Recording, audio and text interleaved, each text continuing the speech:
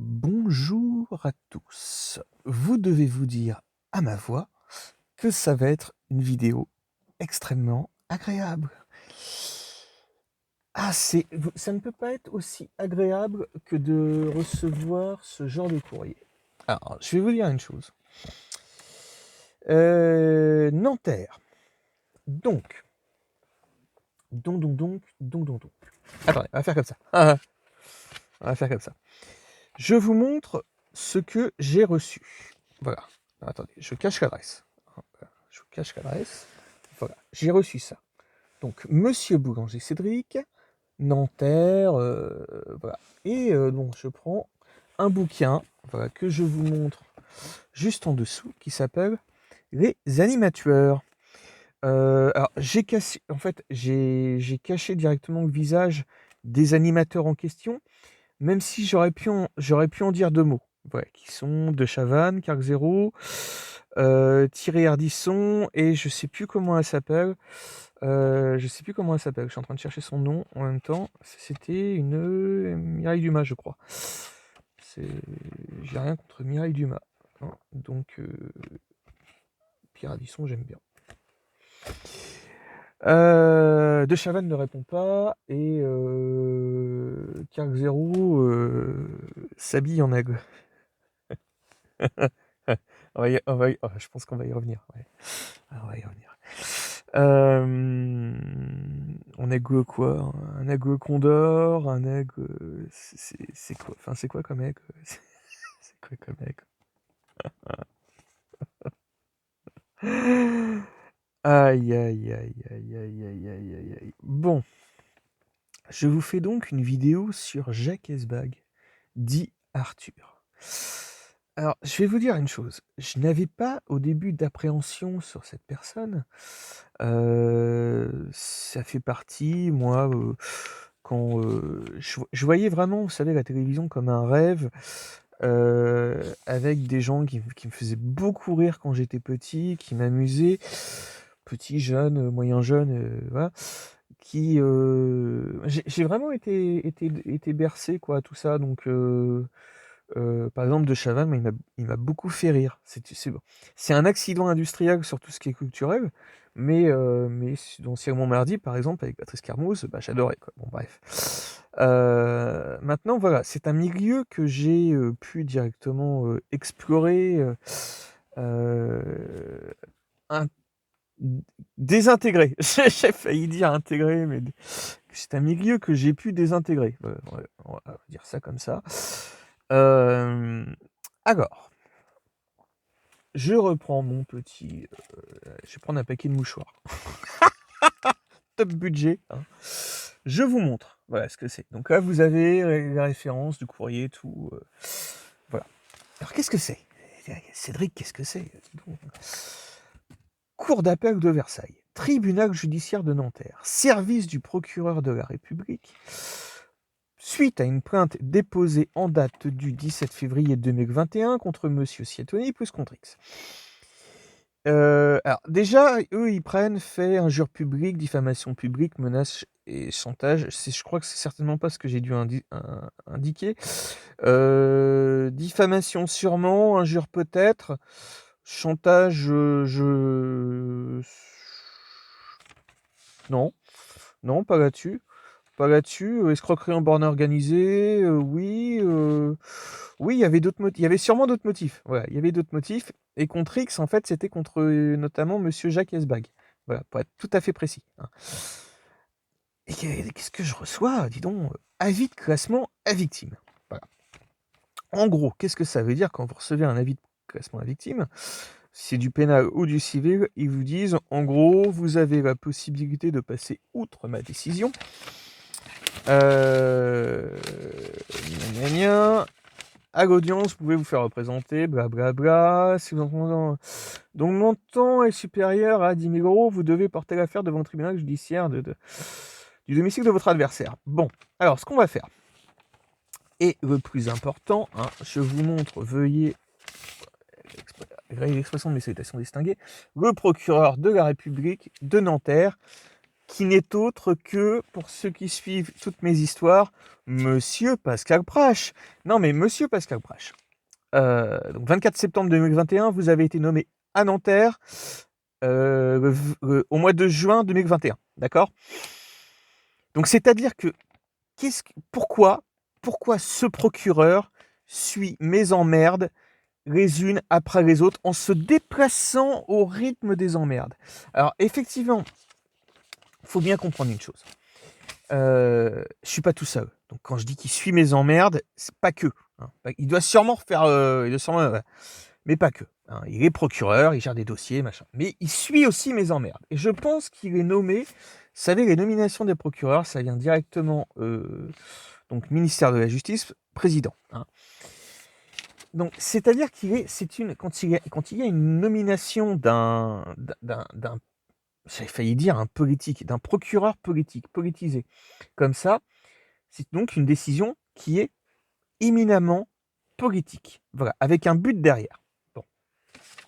À Rouen, je n'ai eu de cesse de déposer des plaintes de tous les côtés.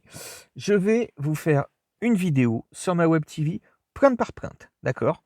Ce que ça a donné, ce que les flics ont fait, ce qu'ils n'ont pas fait, machin, ce que le tribunal en a pensé. Vous allez voir, c'est catastrophique. Catastrophique le traitement des plaintes. Ils en ont, mais alors strictement, vous allez voir ça. Alors maintenant, puis c'est sympa à faire en période électorale et surtout en se présentant comme député. Voilà. Ça c'est aux élections comme député, hein, parce que je ne suis pas encore. Mais là, je pense sincèrement qu'en attaquant sur le vécu, ça peut toucher. Là, je pense vraiment que ça peut toucher beaucoup de monde, surtout quand on a eu la maladresse, et le mot est très faible, de conditionner l'accès à des lieux de culture, de nourriture et tant d'autres à une vaccination expérimentale, par exemple. Alors là, c'était vraiment le truc à pas faire. Hein. Là, je crois que là, les gens se sentaient peut-être pas concernés, et n'étaient peut-être pas prêts à entendre certaines choses, mais là, je crois qu'ils sont tout à fait mûrs. Hein. Là, voilà. Ce qu'on veut nous faire croire comme un grand réveil, ça va être un réveil, mais sur d'autres choses. Et on va vraiment vous former. Alors moi, j'ai pas, comment dire, j'ai pas la prétention de dire que je vais être votre directeur d'école, votre professeur. Je vais être votre formateur, hein, voilà, donc pour ceux qui vont aimer m'entendre, hein, parce que voilà, je vais vous faire des vidéos posées sur un canapé beaucoup plus appuyé, avec un meilleur son, une meilleure image, etc.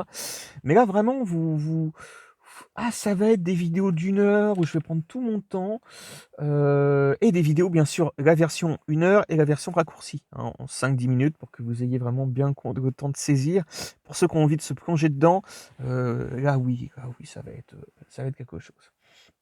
Donc après avoir bien dressé tout le truc, comme je vous disais, voilà. Les animateurs. Bon, Monsieur Esbag, donc Monsieur Jacques Esbag, comme je disais, j'avais pas d'appréhension au départ avec lui. Néanmoins, je lui avais d'ailleurs envoyé un mail, je crois, à sa société de production.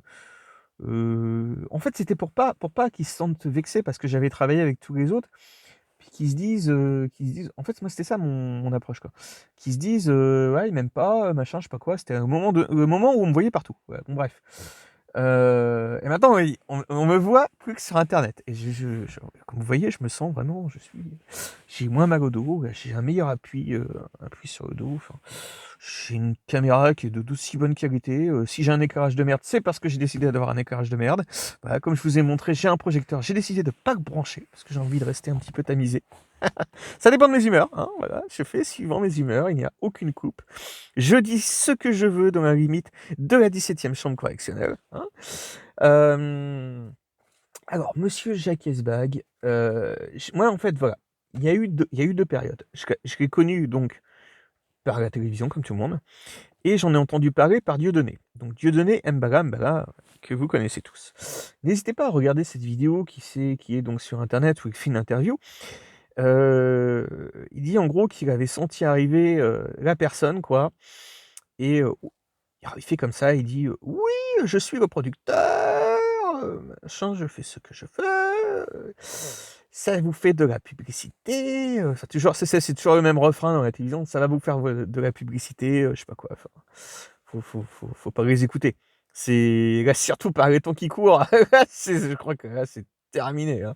Là c'était vraiment, la crise là, la crise, là ça a été, c'était la dernière connerie, vraiment je vous assure, c'était la dernière connerie à faire, hein, de ne plus inviter personne, de ne plus, alors donc monsieur Esbag, hein, qui invite toujours les mêmes personnes, hein, d'ailleurs dans ses émissions, heu, qui, heu, qui et moi j'avais bien aimé la phrase de Christine Bravo, justement il avait réussi parce qu'il était, il avait réussi par sa connerie quoi, mais d'un certain côté, c'est comment dire?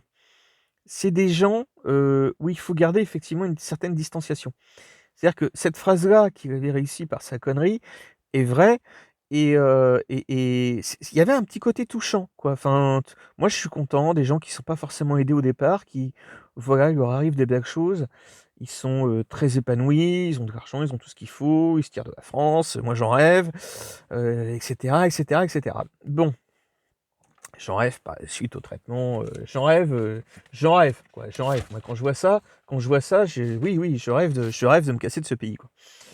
Et donc voilà, donc je vous disais par rapport à monsieur Jacques Hesbag, vous découvrez en fait le personnage vraiment au fil et à mesure du truc, quoi. Donc vous tournez avec des sociétés de production et les sociétés de production, vous vous rendez compte qu'un jour, alors vous faites ça gracieusement, sont rachetées avec lesquelles vous avez travaillé, sont rachetées par monsieur Hesbag. Voilà, ça c'est mais dans un but, et j'avais écrit des mails, hein, j'avais dit à ces gens-là, à certaines personnes, des avocats et autres, je fais: «Non mais vraiment, je pense sincèrement qu'il a racheté cette société de production dans le but de récupérer mon image», donc enfin c'était fait gracieusement, hein, voilà, c'était pas et le but n'a jamais été que monsieur Hesbag obtienne mon image.